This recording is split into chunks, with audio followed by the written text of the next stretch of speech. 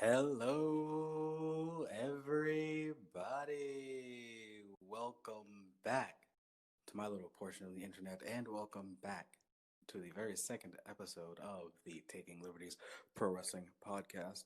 Now, last week I uploaded my very first episode, and I'm not gonna lie to you guys, I was a little bummed out during the recording session. But by the time I actually got the podcast out, I felt like I did pretty well. I enjoyed the final product anyway. I had a pretty strong week. I have uploaded it onto YouTube, and you can also catch me on Spotify, Google Podcast, Breaker, Anchor, I think Podbean maybe. And I am going to hopefully be on Apple Podcasts in within the next couple weeks. So that's also something to look out for. I don't know if you guys knew this, but and just bear with me. I will eventually get better. But I do this entire podcast on my phone. When I say entire podcast, I mean literally everything. I do the recording, I do the editing, I do, trying to promote it. I do everything. I mean, everything that you could possibly imagine that goes into a podcast. I only have my phone. I only have my one phone. So I try and do as much as I can on this one phone, and hopefully I can put out a final finished product that you guys will like. But I guess I'll just have to see, right? So if you're just listening to this podcast for the very first time, my vision for this podcast really is supposed to just be more of a TNA retrospective. Um, as I said last week on my very first episode, I watched TNA. My prime TNA years were from 2005 to early 2013. So that's really the period of time that I'm going to tackle. I'm going to tackle January 05 to January 13 and just kind of see what happens along the way. And another vision that I've also had because of extenuating circumstances is that I've also decided to turn this podcast into a just general wrestling review podcast as well as the TNA retrospective. So I've decided that I am going to just generally review wrestling from many different types of promotions, many different styles of wrestling. So like I said, it can be Brit Rest, it could be hardcore, it could be shoot style, uh, Joshi. It really doesn't matter. And I'm going to leave that all up to you guys. You guys can just choose whatever I decide to watch. And if I can watch it, then I will watch it and I will review it. So without further ado, I guess we can just go ahead and jump right on in with TNA Impact, January 14th, 2005. So you know what, guys? The very first note that I had for this episode of TNA was also the very first note that I had for last week's episode, and that being, damn, that is a fuck ton of pyro. Now, I'm well aware that they very well could have just used the same footage, just use the same footage of the pyro over, or hell, they even could have used old footage of pyro that they've done. But you know what? I feel like it's a very, very TNA thing to do. It feels very TNA to just have a big pyro display after every single set of TV taping. So while I am 100% aware that it is possible, plausible, and even likely that they just redid or they just reshowed the footage of the pyro display from whenever they started the taping, it feels more TNA for there to just be a huge power display at the beginning of every taping. So that is what I would choose to believe. And the very first match that we have up is Eric Young versus James Storm. Eric Young being accompanied by Scott D'Amore. And shit, lots of interference by Scott D'Amore. It's a pretty nothing happening match. There was, just a lot of interference by Scott D'Amore. There was a moment where Storms was going for a Frankensteiner and D'Amore held on to Young's tights, which caused him to stay in place. There was a moment where Storm had Young on his shoulders in a fireman's carry position, and Scott D'Amore pushed them forward. Scott D'Amore eventually gets in the ring, and he goes for a shot with a hockey stick that was like that was their flagpole back in the day for Team Canada. It was a hockey stick um, with a flag glued to it. So Scott Demore goes to hit James Storms with this flag kick. Flag kick. He goes to hit James Storm with this hockey stick flag thing. Storm goes for a super kick, and then Young takes the hockey stick, hits James, and then he gets the 1-2-3. And Eric Young is the winner. Next up, we have a match between Chris Candido and Dustin Rhodes.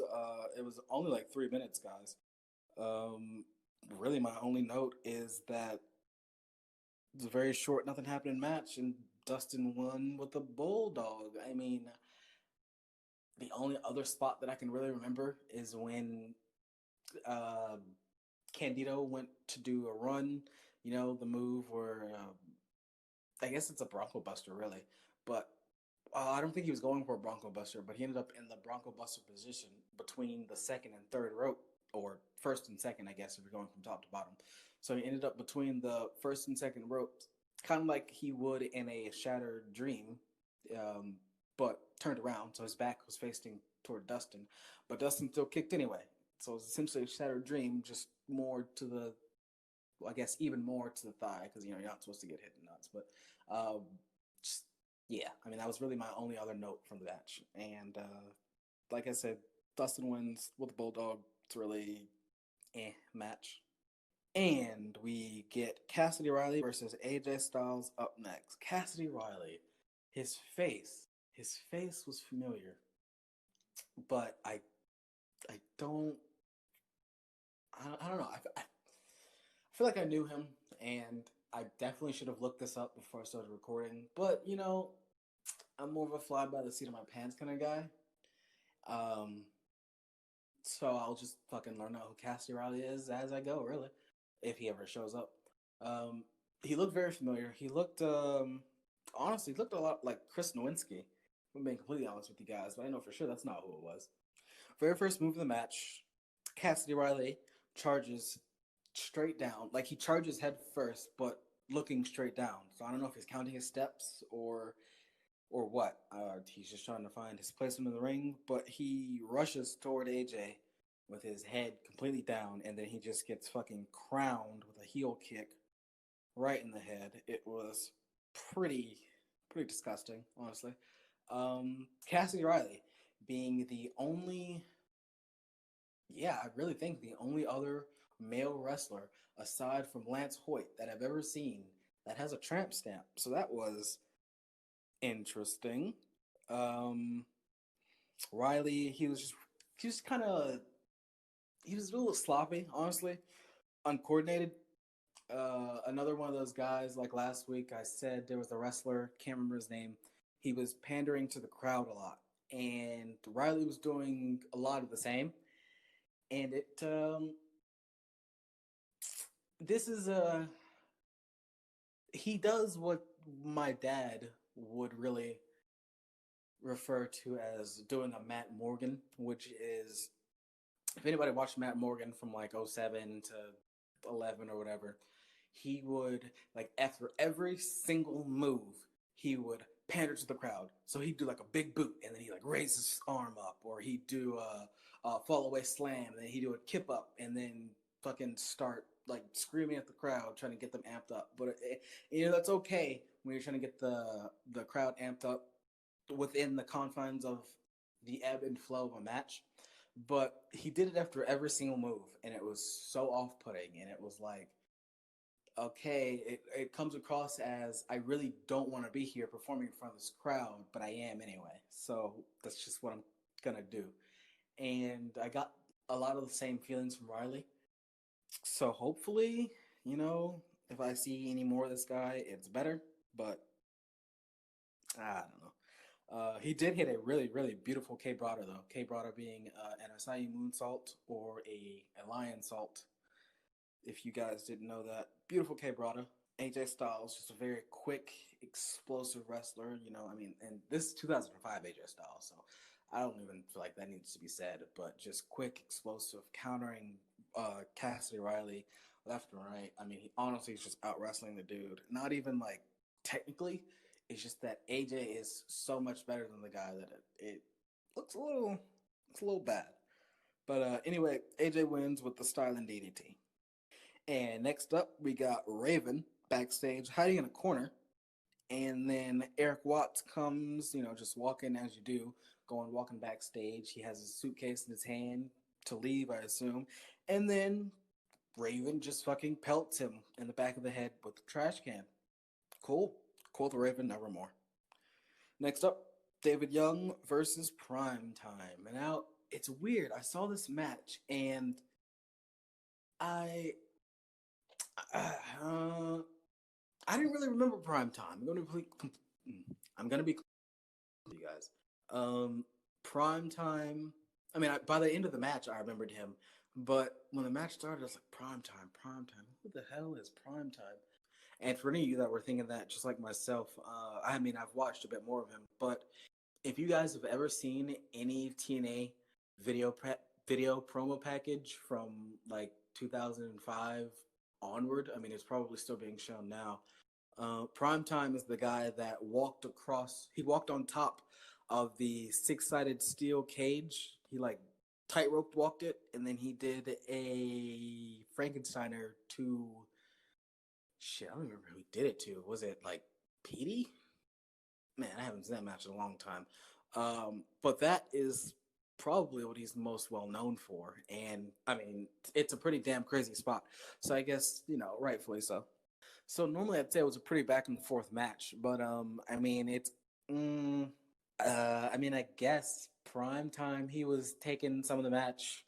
David Young, he's won in like 200, and I don't mean, I'm not saying he's won 200. I'm saying he has a record of like 1-200 something losses, or I mean I don't know if it's that high, but it's pretty crazy. I mean he was like he had the what the fuck is that guy's name, or was that guy's name? Brian Myers, right? That's his shoot name. Kurt Hawkins. He had the Kurt Hawkins gimmick before Kurt Hawkins did. I mean, like I said, this is 2005, so this is obviously going to predate that. Primetime gets dumped over the top rope, back suplex style. It looked pretty fucking awful, honestly. Just a simple back suplex, but like I said, he gets tossed over the rope, so he lands on his feet, and I imagine that wasn't very good on his knees. They get back into the ring, and Young hits a really ugly-looking K-Brada, and Primetime gets the knees up. Primetime hits the POD, which is an overdrive, and he gets the win. And now for the main event of this TNA Impact episode, we got Christopher Daniels versus Chris Sabin. Fuck, I mean, this was just a really good match, guys. You should probably, I mean, it's only, well, I can't say only. Around this time, TNA episodes were 45 minutes long. Everything was fucking car crash television. Everything was a sprint because they had to make things work within the confines of the, what would have been an hour with commercials, 45 without. And every other match usually gets a 10-minute time limit. This match got a 15-minute time limit, and they went about 12 or 13 minutes. So, I mean, they needed it. And it was just fucking great for 12 or 13 minutes. It starts with a beautiful bout of technical wrestling. The guys are just kind of wrestling around one another. Sabin goes for a flipping tope, and then Daniels just barely catches him. I mean, he catches him. He does catch him. But Sabin takes the majority of it on the floor. It looks pretty painful.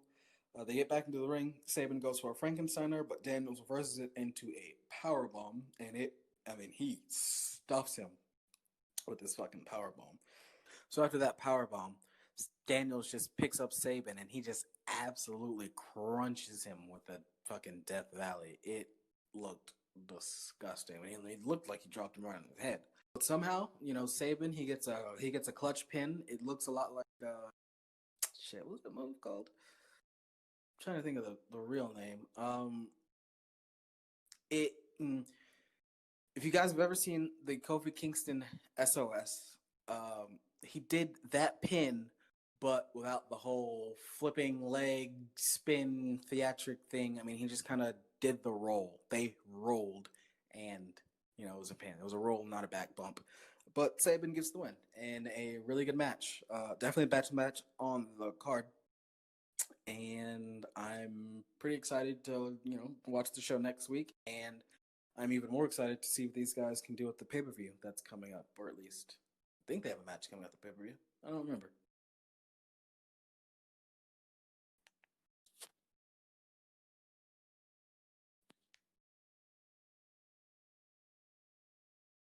In SOS, he did that pin, but without the whole flipping leg spin theatric thing. I mean, he just kind of did the roll. They rolled, and it was a pin. It was a roll, not a back bump.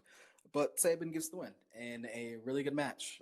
Definitely a match on the card, and I'm pretty excited to watch the show next week. Alrighty, guys, and now it's time that we move on to our special wrestling review. I mean, that's a terrible name. I'm not going to call it that, but that's what it is. It's me reviewing wrestling from wherever. Um, and the show that I reviewed for you all, I don't know how many of you guys are too familiar with this promotion.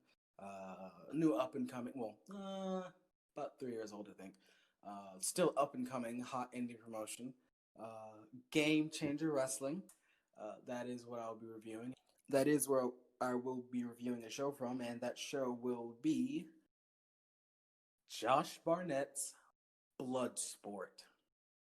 Now, first up, I want to go ahead and give a quick shout out to Nick DeRito. If it wasn't for Nick, I mean, honestly, I wouldn't have even watched this pay per view.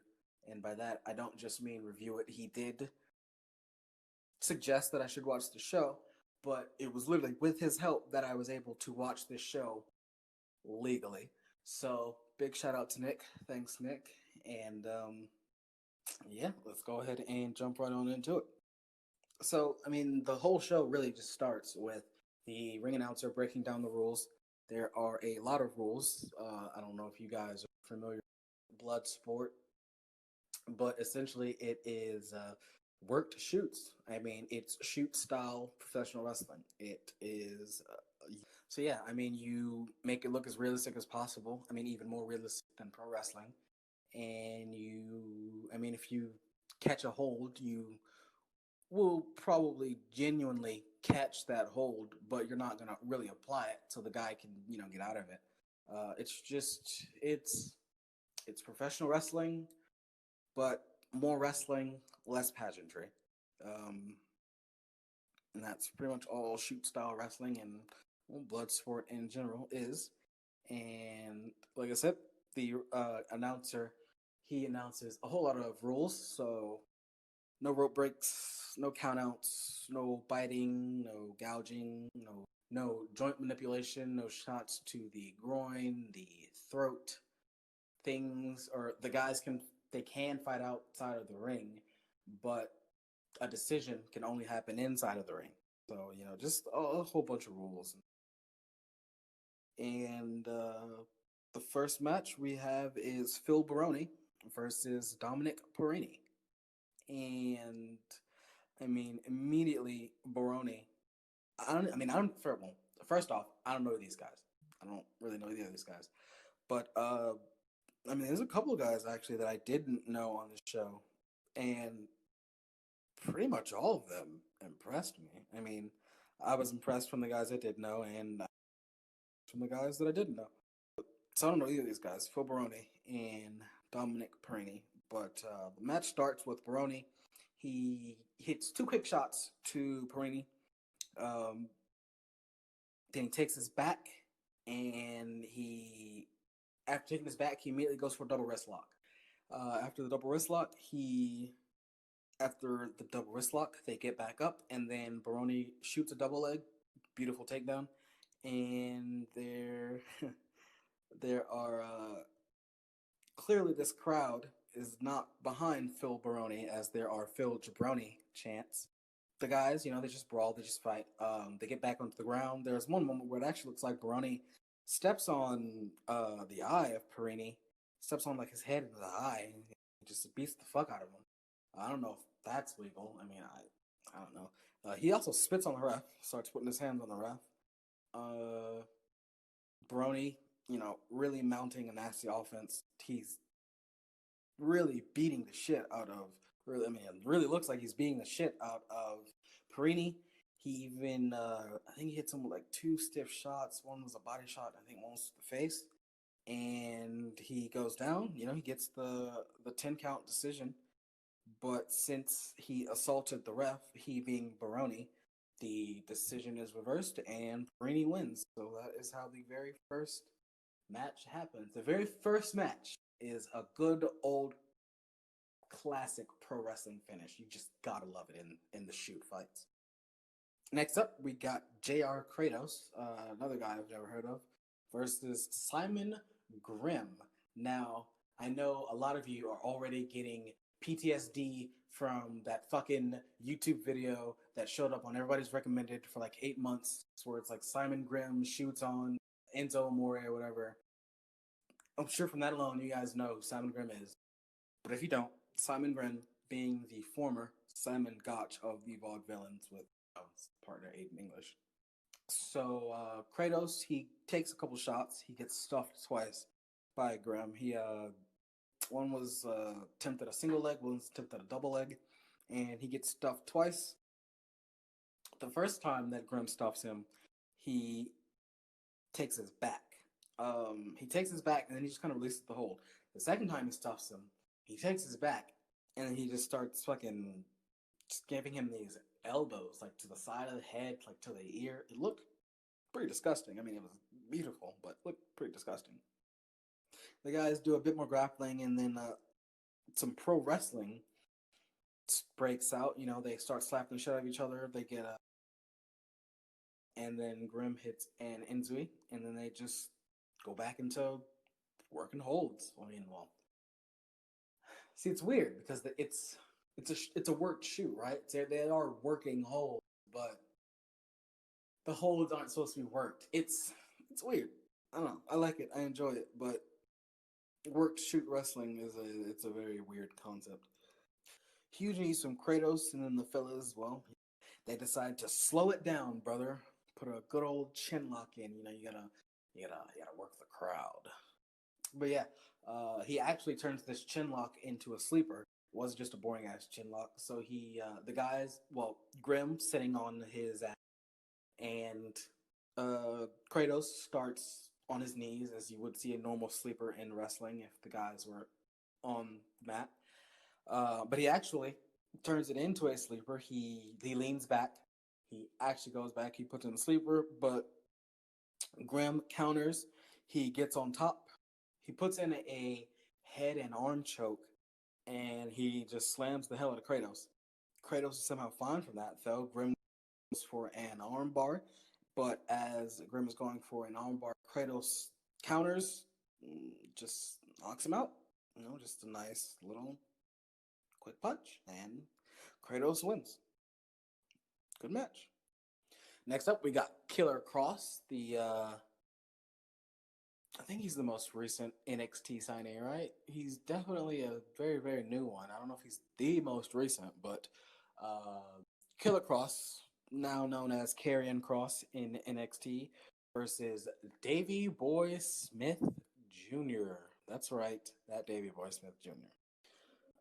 The match starts with Kross just going for leg kicks, and Smith, he checks all of them, I think. I think Kross only got like one leg kick off in the beginning sequence there, but Smith was checking all of them. Kind of thought he was gonna fucking break his leg, break Kross's leg. I guess his own leg too. It's possible. We have seen it. So as he is checking all these leg kicks, he eventually goes for a double leg, and he gets it. The two roll over, and while Kross is on top, he goes for a heel hook, but Davey Boy counters it, and he almost gets Kross into a sharpshooter, which was pretty nice. It was pretty cool. The two get back up, and they lock up in a collar and elbow.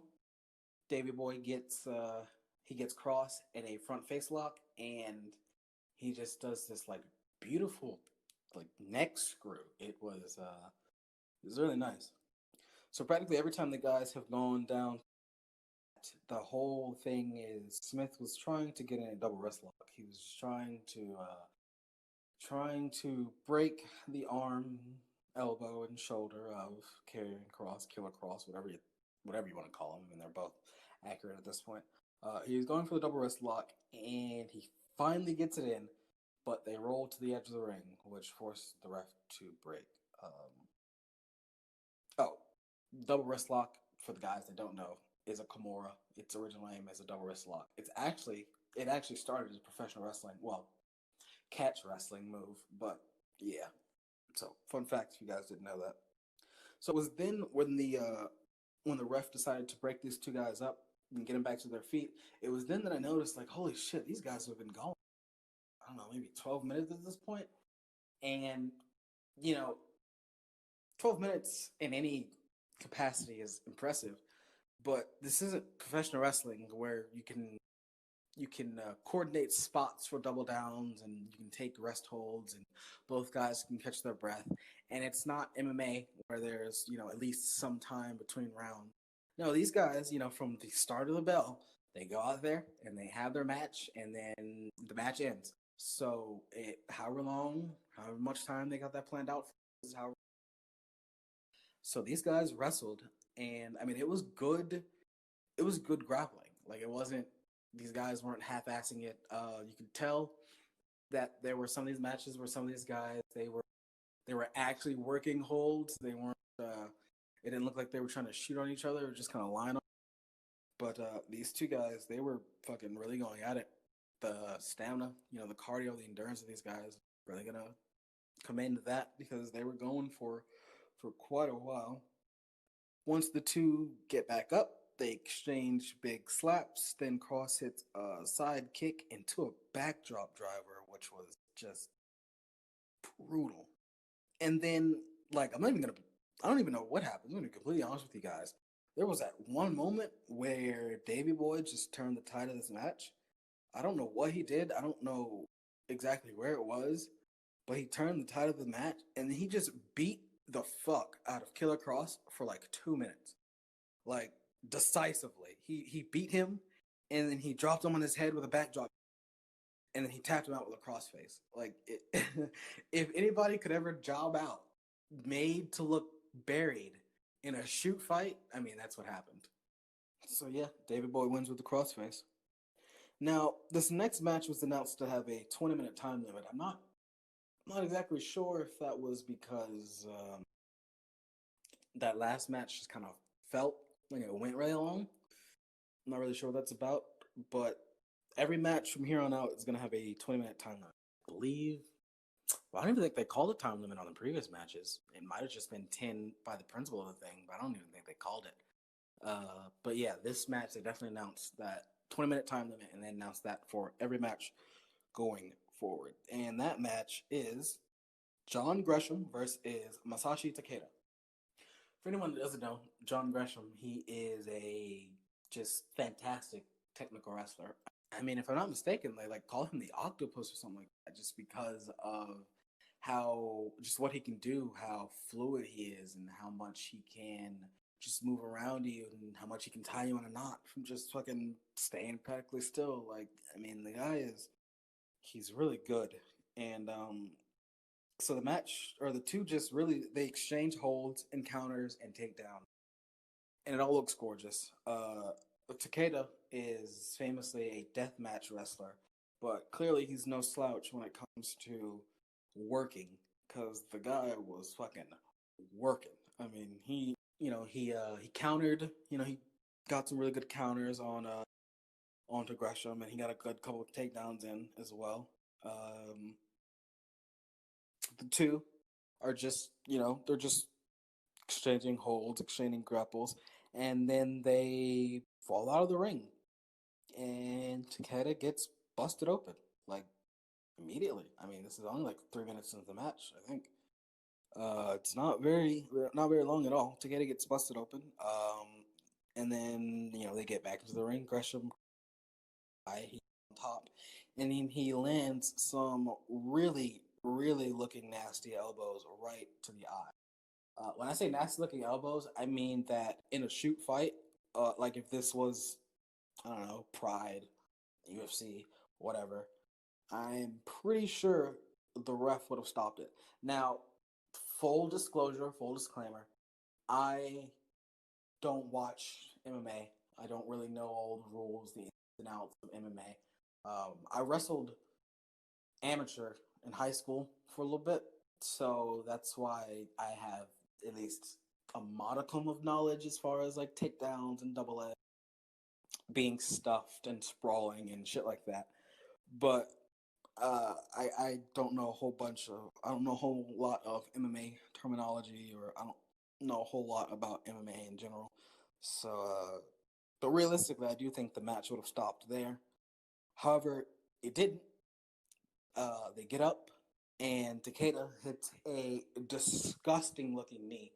And when I say disgusting, I mean, fuck. This is probably something you'd see in like Mortal Kombat. It looked horrendous. Takeda hits Gresham with a knee in the face, and then he does it again. And Gresham is knocked out, and Takeda gets the win. So, I mean, cool. And next match, we have a guy that was, I guess a lot of you would have heard of recently. I mean, hell, I myself have more recently heard of him from being in AEW. That being the Butcher, Andy Williams of the Butcher and the Blade, versus Chris Dickinson. And, you know, Dickinson, I heard the announcer say that he's from Staten Island, New York. Shout out. That is my hometown, so obviously I'm already biased. The two just kind of start slapping the fuck out of each other until Williams just kind of stuffs him with a power bomb. Williams gets on the back, and then he does a gut wrench and transitions to an armbar. Dickinson then counters. The two get to their feet, and then Dickinson gets a rear naked choke, falls back, and chokes him out. Dickinson wins. I mean, it was a really short, quick match. And yeah, good match. Dickinson just kind of beat the hell out of him, really. It's really all. Well, no, I can't say Dickinson beat the hell out of him. Was actually like, he was doing well. He was holding his own as far as the grappling went. But Chris Dickinson wins. Yeah. Okay, guys. Okay, guys. Okay. So the next match we have, and holy shit, I never thought I'd ever see it. Okay, so we got Frank Mir, which, you know, huge get. Frank Mir is a beast in MMA in general, but in the UFC. Uh, but that wasn't who I was excited for. No. We got Frank Mir versus Dan the Beast Severn. Now, I don't know if any of you guys have ever heard of Dan the Beast Severn, but I'll put it to you guys like this. Without Dan Severn, there practically is no UFC. Simple as that. Also, he was an NWA champion, and he held the UFC championship at the same time. And he was also in the WWF around, shit, 99? No, I think that might be too late. 98 for sure. Somewhere around that general area. But yeah, he was beating the fuck out of dudes all in the UFC. And then he was like, you know what? Shit, I can make more money working than I can shooting. Or at least at the time he could. So he decided to start working, and he, you know, joined the biz. So Mir goes for a single leg and Severn sprawls. I mean, it was a beautiful sprawl for a 60-year. I'm sure it would have looked much better, but it was still a really good sprawl. After the sprawl, he goes for a well, the sprawl leads to a front face lock, which it naturally would in wrestling. So the sprawl leads to a front face lock. That front face lock leads to a gator roll, and then from the gator roll, Severn gets the top mount. The two then get up and they lock up, and then they go down. Severn goes for the leg. I think he went for a knee bar, but Mir cranks in the heel hook and gets the. Not gonna lie, was really wanting Dan Severn to win. I mean, I fucking know he wasn't going to. Fucking 60-year-old Dan Severn. But how awesome would that have been? All right, coming up in our semi-main or co-main or whichever one you want to call it, the penultimate match. We have Timothy Thatcher versus Hideki Suzuki. So just really great grappling between the two guys. I have honestly never even heard of Hideki Suzuki, and I've watched a little bit of Thatcher, not a whole lot, and it was really nice. His transition were really solid. It was a really nice thing. That's always something that I really, because it's so easy to make things like that just look so lazy because there's so many people that don't care about that sort of. But I really appreciate just the little things like transitions and just how you move from hold to hold, and I don't know, it can make a good match great. Just how well you can make these things flow together, in my opinion, of course. So the two are just going back and forth until this one moment where Suzuki gets he gets Thatcher in like a double underhook. I don't know if it's a is that a butterfly? Uh, Butterflies when you hook them from behind. Anyway, he gets him with a double underhook, and then he tosses him, just fucking tosses him like a little baby man. And the ref stops the match. It's a referee stoppage, I assume, because maybe he thought Thatcher's brain was too rattled or what. But whatever the case is, ref stoppage, Suzuki wins. And now, for the main event, we have Josh Barnett, of course, it's his name on the pay per view, versus the murder daddy himself, Minoru Suzuki. Very first note I got, neither guy giving each other anything. These guys were just fucking. I mean, I'm not sure how much working they were doing. These guys were, well, they weren't shooting. It wasn't a shoot. It wasn't a complete shoot anyway. But like I said earlier, you can definitely tell that these are guys that if they can get a hold, if they can get a body part, they're gonna get that body part, and it's up to you to really get out of that move. That's what like catch wrestling really is at the end of the day. You get a hold, get a body part, you make him submit. Josh Barnett, he's really good catch wrestler. Well, he's a great catch wrestler. So as I said, both guys, or neither guy, really giving each other anything. Guys, they end up going onto the mat, and their transitions are just so beautiful. I mean, both of them. They're so quick and so fluid, and just the way that they can go from like crossface to maybe picking the leg. It's just so wonderful. I mean, these are definitely guys that have been really doing this shit for years and years. I mean, anyone listening to this probably doesn't need a refresh on Minoru Suzuki's fucking track record. The guy is a bona fide badass, plain and simple. Josh Barnett, also a bona fide badass. You guys have never. So the two go back and forth, and it's really just a whole bunch of grappling. That's why my notes. They were just kind of grappling and jockeying for position.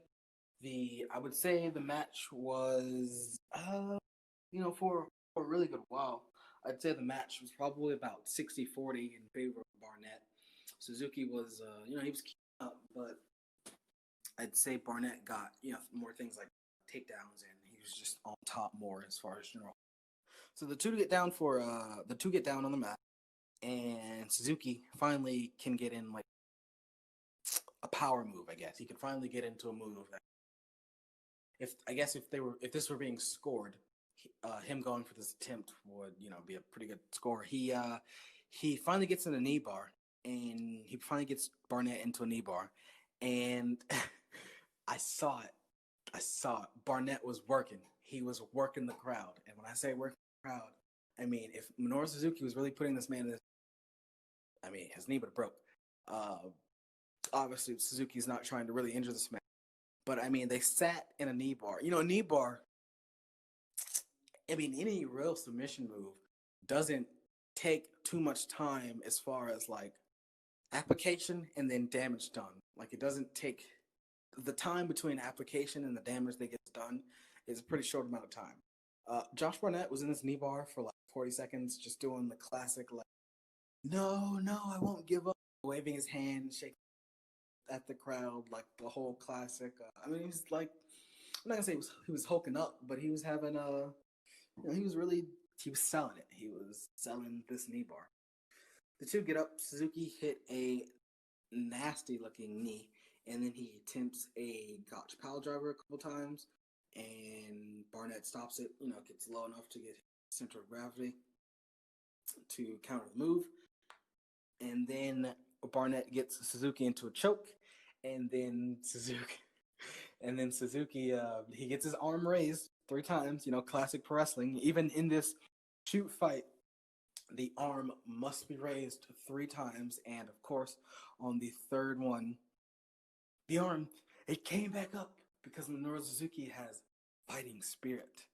Um, so after a while, Suzuki just gets fucking tired of Barnett's shit, and he actually goes outside and attempts to get a chair from, but all the chairs are zip tied together.